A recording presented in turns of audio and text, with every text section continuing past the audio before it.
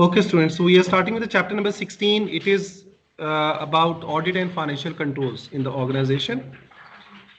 Chapter 16 and 17 are very important chapters in your syllabus. And many questions the examiner can ask you onto this part. The first area, students, in this chapter, we are going to talk about fraud.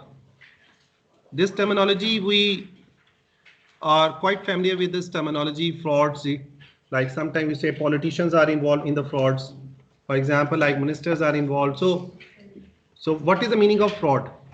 Fraud means any trick by which you are using the trick to basically get some illegal benefits. Any tricks you are using to get illegal benefit, it is called as fraud. In other words, it is a deliberate act involving the use of depiction or the trick to obtain an unjust or illegal advantage. So when you are trying to get some illegal advantage, it is called as a fraud. Like in other words, you are also using the shortcuts to get rich. It is your fraud basically. Now the fraud is a criminal offense punishable by the fine or imprisonment. Like if a person is doing a fraud, tomorrow he can be in the jail or he can be paying the fine. Then error refers to unintentional mistake. For example, like students, I was supposed to write a check of 1000, but with error I add one more zero. It is not deliberate. Any error is any mistake which is not intentional. It is called as an error.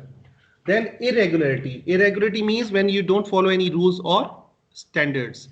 Misstatements. Misstatement means when you are stating something wrongly. Now, sometimes you state something wrongly. It can be because of deliberate act. It can be because of undeliberate act. So, for example, like I was having an error by mistake. I have written $1,000 instead of 100. So it is my misstatement. Misstatement means figures are stating wrongly. You are stating the figures wrongly. It can be as a result of fraud. It can be as a result of irregularity, or it can be because of an error. Then students, you are having who can commit the frauds in the organization. The frauds can be committed by employees, third parties, or by managers. Now these two parties are employees and managers are basically part of internal, and third parties outsiders. Outsiders can do the fraud with you, or insiders can do the fraud, like managers or employees can do the fraud with the company. We will discuss in detail in the chapter number 17 what are the different type of frauds employees are involved in, what are the different type of the fraud managers are involved in, or your third party can be involved in. After that, student, we talk about the internal controls. What is the meaning of internal controls? Student, to prevent any frauds, any errors, management takes some necessary steps. It can never happen like there are some frauds or errors and the management is letting them to do the frauds or errors. So we have to stop frauds somewhere, somehow. Agreed? Now, any steps which is undertaken to control the errors, to control the frauds, or to control the misstatements, it is called as internal controls. What we call this as? Internal controls. Like in the car, we are having internal control. We are having different controls in the car. Like we are having the gear, we are having the clutch, accelerator. These are different tools. These are different controls. Na? If we properly use these controls, then we can easily reach to the destination. If we are not properly using it, then it will be a problem for us. Same thing is in the organization. We are having different steps the management undertake so that they don't get any problem of frauds or errors. What are the different type of the internal controls the company can put in place? For example, like the company can hire some security guard. For example, like the company can put some CCTV camera. For example, like eye scanners. For example, like door locks. The company can keep some items in the lock and key. Fine. For example, like you are having some safe of the for the cash, that is internal controls. Then you will keep your checkbook under the lock and key. It is an internal control. Any steps which you are trying to avoid the theft, fraud, errors, misstatements, it is your internal controls. For example, like students, sometime when you are writing a check of big value or the big amount, so there are two signatories. who will sign on a check. Like one person will sign, another person will also do the counter sign on the check. For example, like you're going to pay 2 million rupees to someone. So there will be two signatories. It is a part of internal controls. For example, like sometimes the internal control is in the form of internal checks. Internal checks means you are having internal checks and balances. Like your work will be checked by someone else. For example, my work is checked by my superior, my supervisor. His work is checked by his boss. His work is checked by his boss. So it is called as internal checks. Internal checks is also kind of internal controls. Now students, after this we discuss about the next area, that is the purpose of internal controls. Students, why we need to put internal controls in place? We have just discussed internal controls help us in preventing the frauds in the organization or to prevent any errors or the misstatements in the organizations. Now, actually, if you look into the understanding of the internal controls, there are four main purposes of internal control. One is to safeguard the company asset from stealing. Like you want to safeguard. Safeguard means to protect. Student, by the way, these assets which you see in your office, it is basically purchased with the money of owners. These assets, who has purchased for you? The owners have purchased for you. So this asset does not belong to you. This asset belongs to the shareholders, the owners of the company. So it is the responsibility of the management to protect those assets from any theft, from any frauds, for any stealing. Are you following, Jay? So when you put internal controls in place, so it will help you to safeguard the assets of the company. Then the second reason is that you can prevent the frauds in the organization. The third is you can prevent the errors in the organization. And the last one is business will be run smoothly and efficiently. Students, usually what happens when there is a fraud in the company, you call upon the police. Police will come, they will start investigation. For the time being, it will disturb your operations of the company. Agreed?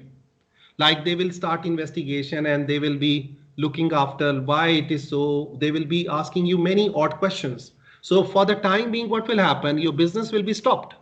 Your business will be halted, in other words. So that's why to avoid this problem, the company has to put internal controls in place so that tomorrow you don't get any chance of frauds or errors and you run the business very smoothly. Now, after that, students, we talk about components of internal controls, very important from the examination point of view. Student, internal controls are having five main elements, five main components are there. And these components are known as control environment. I try to give you an example, students. Let's suppose you are going to deposit 1 million rupees at the MCB bank. You have an account at the MCB bank.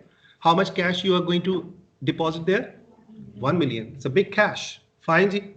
When you go there, there is no security guard. Fine. Ji. There is no CCTV camera.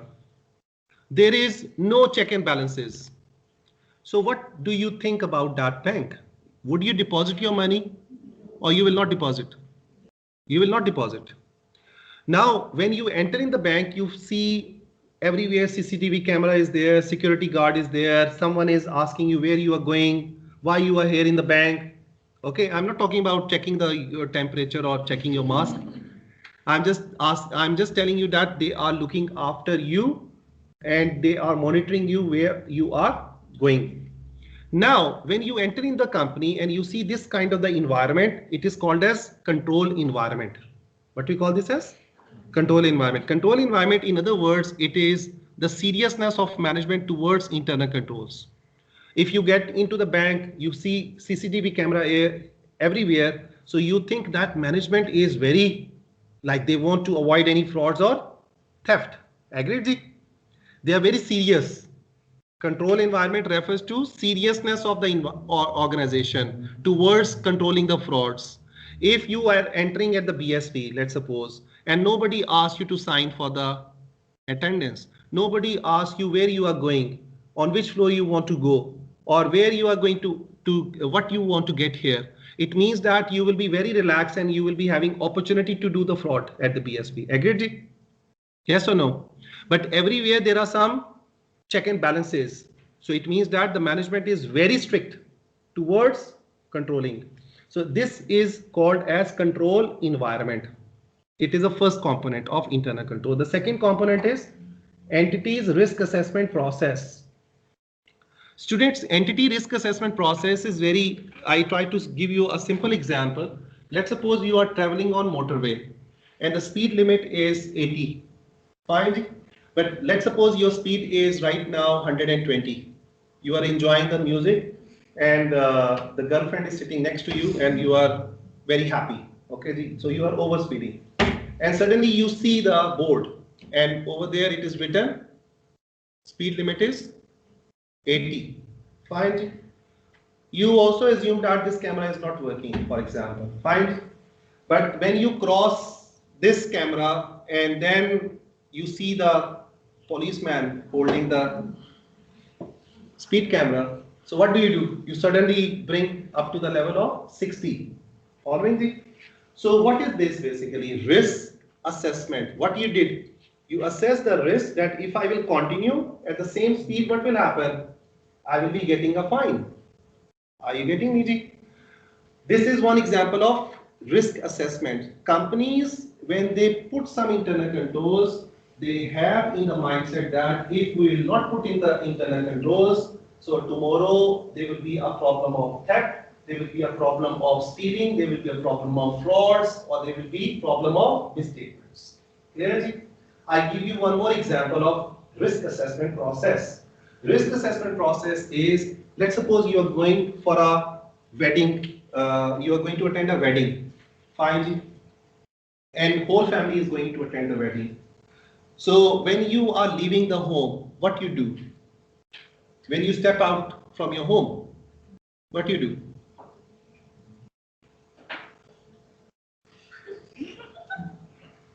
When you are leaving the home, what you do?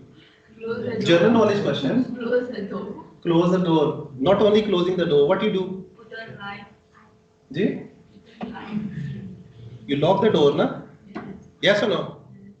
You lock the door. Why you lock the door? Because your assessment tells you that if I don't lock the house, so the robbers will be enjoying the party there. Agreed? They will be stealing the money. Agreed? So one of our teacher, he was teaching here, and one day there was a stealing at his home. The robber came, he took his LCD, he took his cash, he took also his shaving machine also. Right? And he enjoyed the tea also there. He was just at the campus, and at the back, like behind him, the thief came and he did the stealing. Okay. So your risk assessment process tells you that lock the house. You also check the stove, whether the stove is open, lights are open or not. So it is risk assessment process. So the good organizations, when they want to control the frauds, so they are having a good risk assessment process. They think ahead that this is the risk and I have to cater it. I have to stop it. Find it. The third one is information system. Most of the internal controls are applied with the help of IT nowadays.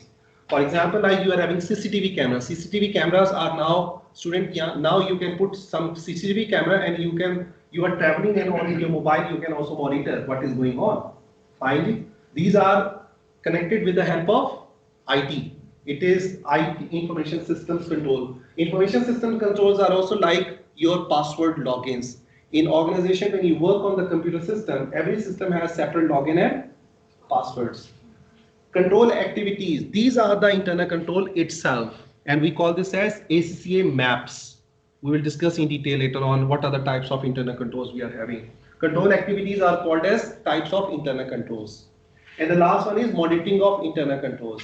Students, when you put some internal control, it is also very important to someone to monitor it.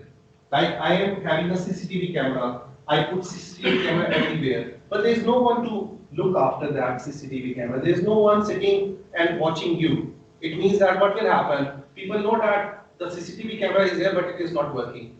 Following it? Clear? Same as like you are having the speed cameras on the motorway, but you know these speed cameras are not working. Fine. So what you will do? You will do over speeding. So there should be someone monitoring. It should not be the case that you are putting the camera and you are sleeping, there is no one to monitor it. So ultimately what will happen? You cannot control frauds, you cannot control errors or misstatements. Any question here, Ji? Any issues? Can I move on? So there are 5 components of internal control. First one is control environment. Control environment refers to the seriousness of management towards controlling the frauds. Second component is risk assessment process. Third one is information systems, control activities, and the last one is monitoring of control. Agreed? Now coming on to the next discussion, students.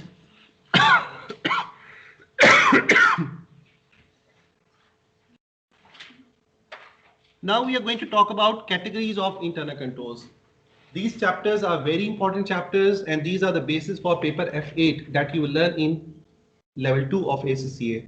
It is about audit, and tomorrow when you work in the accounting firm or audit firm, you will actually apply these internal controls. You will actually monitor these internal controls. And as an external auditor, when you come and visit and you are basically checking the financial statements as an auditor, so you look after these internal controls also.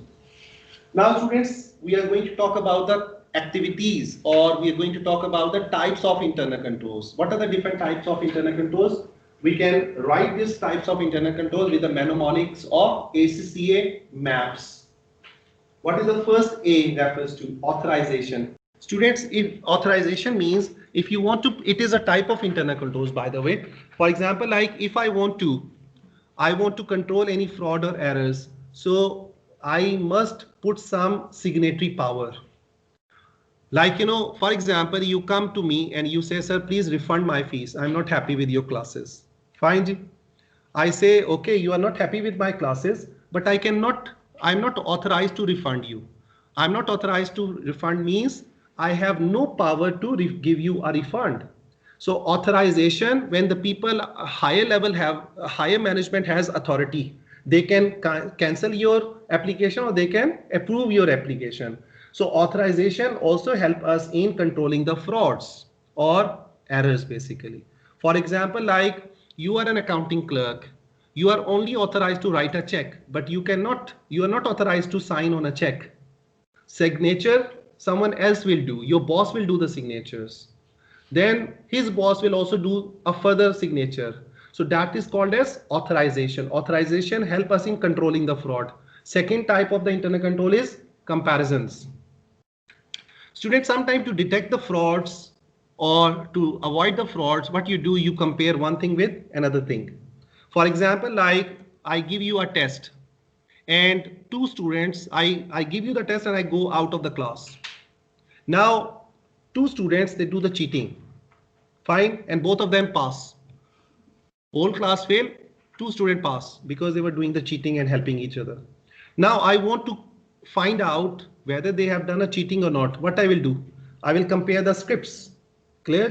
I will compare one thing with another thing. And when I compare, everything is same structure of the exam, everything is same. It means that there is a fraud, there is a cheating. Following? So sometime to find out the fraud, you do what? Comparisons.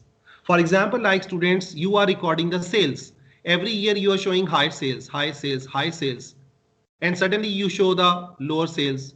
Sales are decreasing, decreasing, decreasing. Now when you compare, you say something is going wrong. You are having increasing trend, suddenly the figures are decreasing. Why?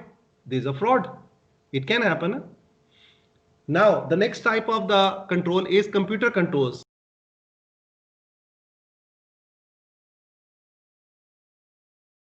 Now, the next type of the control is computer controls like passwords, logins. It is called as C, computer control. Arithmetical control. Arithmetical control are those controls. Sometimes student, when you are calculating the figures, you calculate the figures 2 times. Why you calculate the figures 2 times? Because to avoid the arithmetical errors, computation errors. Is it clear? Maybe you have seen some people when they go for the grocery, they get a receipt, they get an invoice from the winners, and what they do, they calculate the figures again. Find why they do the calculation again. Maybe there is some errors, maybe there is some fraud. Okay, and student, when you become an auditor, you automatically get acquainted with this type of internal controls. I tell you frankly, when I go to do the shopping at the Winners or at the Intermart, so like I did a grocery and I get a full invoice of the items or the list price of all the items. Many times I have taken up there, many times I have identified there is some errors. They calculate the figures wrongly, but we don't bother. Fine. I remember once I purchased a barbecue grill. Fine. It was the case of Jumbo. So the price was written over there 1000 rupees. Fine. Promotional price was around 800 rupees. Now when I paid at the counter, they charged me 1000 rupees. Now when I checked the list, so price was 1000 for the grill, and I have seen the price, it was 800 rupees. I told the lady, I said that, you know, there was a promotion, it is promotional price you have put. Why you are charging 200 extra? No, there is no promotion. I said, there is a promotion, you have put promo, that's why I purchased it. Otherwise, I could have not purchased from you. She argued with me. Then I say, ma'am, if you will be wrong, then what you will pay me? What you will give me? So let's bet on to this. You are wrong what I'm saying. You come and you go along with me. I show you the price. Then she went with me. Then the price was written over there. How much? 800. How much you charged me? 1000 rupees. I say this is wrong. Now, sorry, sir. This first she was arguing with me. This also happened with me at the Intermart. Near to my place, there is a Chinese store. Okay, supermarket. Many times he charged me the price, normal price, despite it is put over their promotion. Many times I have seen. But unfortunately, we are so much in rush, we don't bother to check that what the price we are paying. But they make you fool, because over there, sometimes the retail stores, they sell in a big volume. Ultimately, this 2 rupees, 3 rupees, 4 rupees, if one customer is paying 3 or 4 rupees or 10 rupees extra, if daily basis, thousands of customers are checking out from the counter. So you can imagine that how much profit they are getting only because of overcharging. So as an auditor, you have to be very vigilant. It is about your vigilance, basically. It's totally about vigilance. Auditors does not believe on what you say. Auditors, they look at their own controls, basically. This is kind of internal controls. So I would be saying that please do the arithmetical controls. For example, like someone has sent you an invoice. He has put some price to you. Now it is your responsibility to double check it, whether the VAT has been calculated properly, whether the list price is the same as you have ordered, whether every price which is calculated over there on the invoice, it is correctly calculated or it is not calculated. You cannot believe, because it might happen that the other person who has sent you the invoice, he has sent you the wrong invoice. He has charged over from you. Agreed? So when you calculate the figures again, it is called as arithmetical controls. Then maintaining a trial balance and control accounts. Students, control accounts and the trial balance also help us in locating the errors, financial statement errors. Then accounting reconciliation. Sometimes we do the accounting reconciliation, like we do the reconciliation of cash book with bank book. Cash book and bank book we reconcile. Why we reconcile it? Why we do the bank reconciliation? To find errors, omissions. Clear? You will study this in paper F3. Physical controls. Physical controls are in the form of door locks, security guard, eye scanners, thumb impressions. Clear Ji? All these are called as physical controls. And the last controls are segregation of duties. Segregation of the duties means one person should not do everything. If one person is doing everything, he will be involved in fraud. So different people must be having different responsibilities. Following me? For example, like I'm an accountant, I am responsible for writing a check. Other person will be responsible for signing it. Other person will be posting it. So there are segregation of the duties. So you have to remember these internal controls as it is. Now student, coming on to the next discussion, Ji, we are going to talk about now these internal controls can also be categorized as preventive controls, detective controls and corrective controls. Listen it very attentively, very examinable part in your syllabus, in the paper, in the exam. Student, have you ever heard about preventions are better than cure? Fine. Preventions are better than cure. Preventive controls are those controls which you apply in advance so that you don't get problem in the future. For example, like on the first day, you are setting up the business. On the first day, you put CCTV camera everywhere. So this will prevent many frauds in the future. Agree? Clear? On the first day, you do segregation of the duties. On the first day, you are segregating the duties.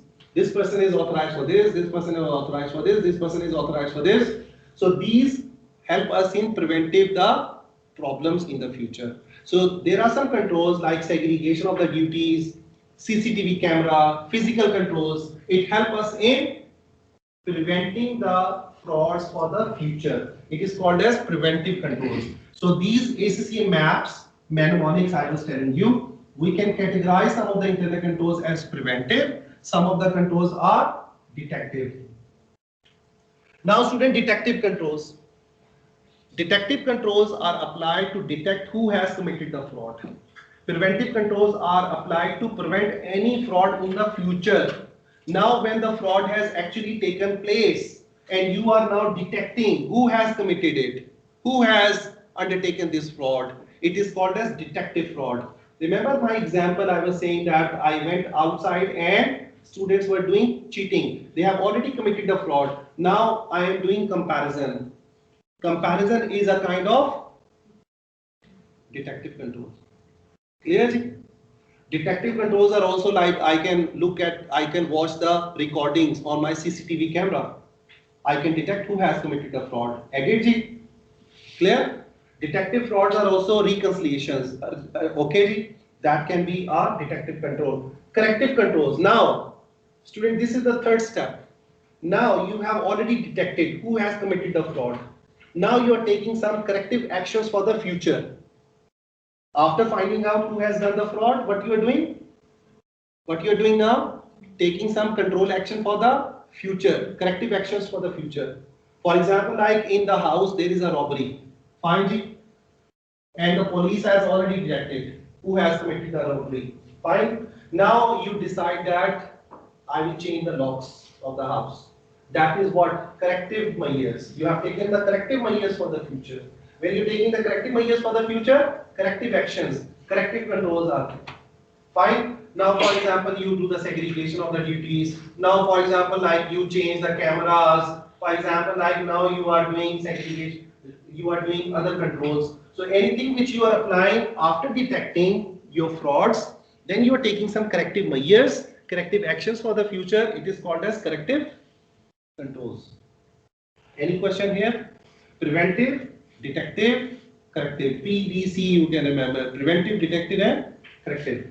Now students, we are talking about who is responsible for these internal controls. Who manage these internal controls? The board of director is responsible for internal controls. Who is responsible? Management. And management, who is responsible? Board of directors are responsible. And by the way, students, in organization, we are also having a department, we are having a committee, it is called as audit committee. What is the committee we are having? Audit committee. Audit committee basically is responsible for internal controls. They detect who is committing the frauds in the organizations and how we can prevent it. What we can take the measures to control it. Now coming on to the last area, that is internal audit versus external audit. Students, there are two types of auditing practices we are having.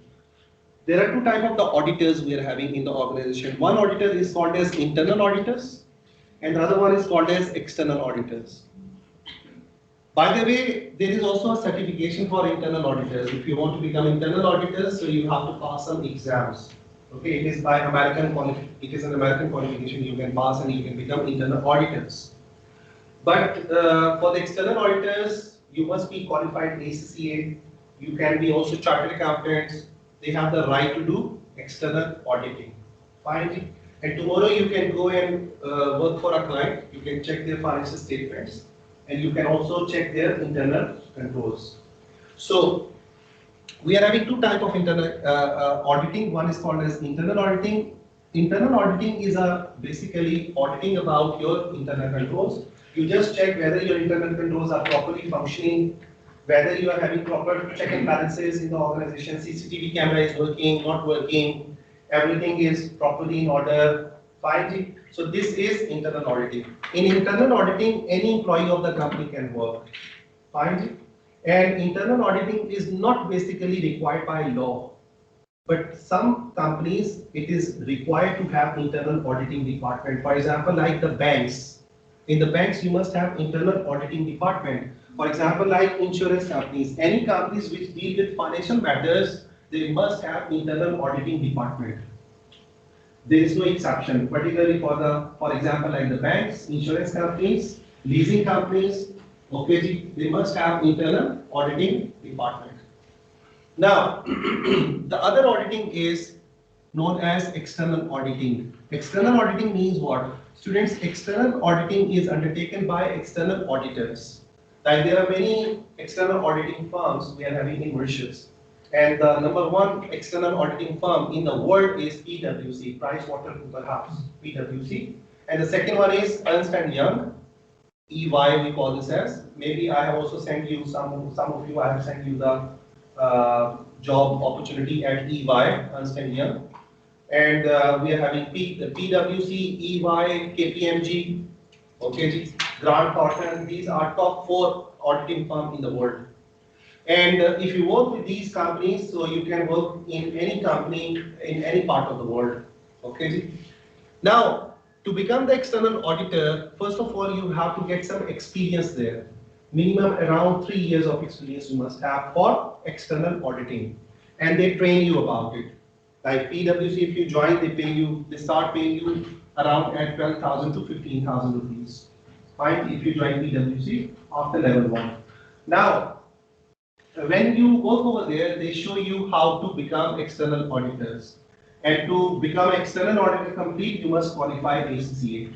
Then you will become the practitioner auditor in the Mauritius. You will get a license to work as an auditor of the company. External auditors, they come and they check your financial statements. What they check? Financial statement they check. And they check whether the financial statement, your profit and loss account, your balance sheet, it is giving true and fair picture or not. For example, like I am stating on my balance sheet, my stock is 1 million rupees. Fine. But when the external auditors check, they say, no, what stock is not $1 million, 1 million rupees. It is half of a million. Clear? It means that something is fishy, something is going wrong. And when the external auditors are checking your financial statement, they are giving independent review of your financial statement. They check your financial statement independently, and they also check whether you are complying with the standards or not. Are you following international accounting standards? I hope you are studying now in the level, in the F3. Are you following IES 16? Are you following accounting standards or not? Are you following the laws and regulations when you are doing accounting? Because student, accounting, it depends on the law. It is a law. It requires to do the financial statement, to prepare the financial statements. Clear? And when the external auditors are coming, they check what? They check whether you are compliant with the law. Are you complying with the law? Are you following the standards? Are you properly applying your concepts of accounting, or you are doing something wrong? Because based on your accounting, you will be paying the tax to the MRA. Clearly, you will be getting the money from the bank. You will be getting many finances, and the bank also requires audited financial statement by the independent auditors. So they are not your employees of the company, they are independent parties. They are reviewing your financial statements. And also, while they are reviewing your financial statements, they also check your internal controls. What they check? Internal controls they check. If internal controls are weak, it means that something can be going wrong. Okay? They observe. External auditors observe when they come. Usually the external auditors, they come at the year end, in the last 10 or 15 days. They stay in your company, they check all your records, all your financial statements, all your invoices, all your records, fine, and then they figure out whether the company is stating correctly or not. It's a very interesting job, by the way, for the external auditors. You work same as like the police works, because you are going to detect you're going to apply the internal controls. Fine. So sometimes the external auditors also give advice to the management. And for example, like BSP needs some advice about the internal controls. They can take advice from where? From the external auditors. And by the way, if you want to become a good accountant, student, you have to become a good auditor also. Coming on now, students, the differences between internal audit and external auditing. What are the key differences between these two? The first difference is role. What is the role of internal auditor? To advise to the management about internal controls. And external auditors are basically appointed by shareholders. Who appoint them? Shareholders appoint them. Management does not appoint them. Managers does not appoint the external auditors. Who appoint the external auditors? Shareholders. Because shareholders are the legal owners of the company. Fine. And auditors report to them. They don't report to the directors, they don't report to the managers, they directly report to the owners, shareholders. This is one difference. But the internal auditors, they report to the management. Second difference is internal auditing is not legal requirement of the companies. It is optional. But for some businesses, it is legal requirement, like the banks, insurance companies, when the company is dealing with money matters, like stock exchanges, you are having students, investment companies, provident fund, pension funds, companies who manage your pension funds, provident funds, they require internal auditing. Then external auditing is a legal requirement for large companies. Like in Mauritius, if you are earning a revenue of more than 10 million, if you are above than 10 million, then it is a requirement to go for external auditing. Fine. Below than 10 million, if your revenue is, then there is no need for external auditing. If you do external auditing, it will be good. Fine. It will be winning the confidence of the investors in the company. But if you don't go for the external auditing, so it's fine. But most of the time, the banks requires external auditors. Like you are applying for a loan, the bank says that okay, we can give you the loan, but produce first audited financial statements. Then scope of the work. Who tell them what to work or where to work? Management tells them. Internal auditors. External auditors, they are independent in deciding. They don't get any directions. They don't take any dictations from you. Like when I was working in external auditor, I went on the first day I went for a textile company audit, and manager came and he says that, sir, you can sit here and this is what you have to use, etc. etc. I say, thank you very much for your direction, but I am not here to follow your directions. Okay, go and do your own work. Let me do my work, because you are independent. You are independently working. And sometimes when you work as external auditors, they also give you some lucrative benefits. They also offer you, sir, can we pick and drop you? Sir, do you need some lunch at McDonald's or some other good place or some good hotel? So you have to be very independent, because they might be offering you because they have done some frauds and you are here to detect them. Yes? So you have to be very vigilant. That's why external auditors, they don't get mixed up with the management. They remain independent. They keep a distance basically between themselves and the management. Then we are having who can work. Any employee can work in the company as an internal auditor, but external auditor, you must be a third party. You must be independent. There are, as I told you, there are many external firms we are having, and they work as external auditor. And the last one is answerable. To whom they are answerable? To the management. Internal auditors and external auditors are answerable to the shareholders. Then students, limitations and the benefits, you have to read it at your own. Now we are going on to the last discussion, that is about students' substantive tests. What is the meaning of substantive testing? I'm trying to explain you this chapter in a very layman language, in a very easy language. I'm not telling you exactly about the language of audit. I hope you are understanding it. But these chapters, maybe it seems to be boring. What when I'm looking at your faces, maybe you are tired. Okay, this might be one reason, or maybe you are thinking that this topic is a very boring topic. It is not boring if you take interest into it. And actually, when you do this auditing, you will be. It is a fun. It is a very interesting activity, basically. Substantive testing. Substantive testing is basically, students, sometime when the external auditors are coming to prepare to check your financial statement, you give them some information. Fine, management give them some information, but they don't rely on your information which you provide them. They go for their own examinations. What they do? They go for their own examinations. For example, like students, there is a murder at certain place, and the police is coming. They are taking the statements. Clear? They take the statement from the relatives. They take the statement from the neighbors. But sometimes the police stay over there and they apply their own way of finding out who has actually done the murder. Is it clear? So it means that sometimes you go in detail to figure out who has actually committed the fraud.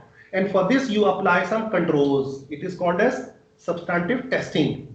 If you read it from the notes, these are the tests for accuracy and they are used to establish facts. Like when the auditors are getting more facts to find out who actually has done the fraud, so they apply their own methodologies. They apply their own approaches to figure it out, to dig out. Finally, sometimes the facts are buried and you are trying to dig it out to find out who has actually committed the fraud. It is called as substantive testing. In other words, substantive testing means you are diving deep to find out the facts, to find out the reasons behind the frauds and errors. It is called as substantive testing. Clear? So substantive testing is applied. All this we will be learning in paper F8. It's a very, very interesting. To learn the F8, first of all, you have to pass F7. Fine. If you don't know how the financial statements are prepared, then how you can become an external auditors. So this is what we have covered so far. I hope you have understand it very well. And in the next class, we are going to discuss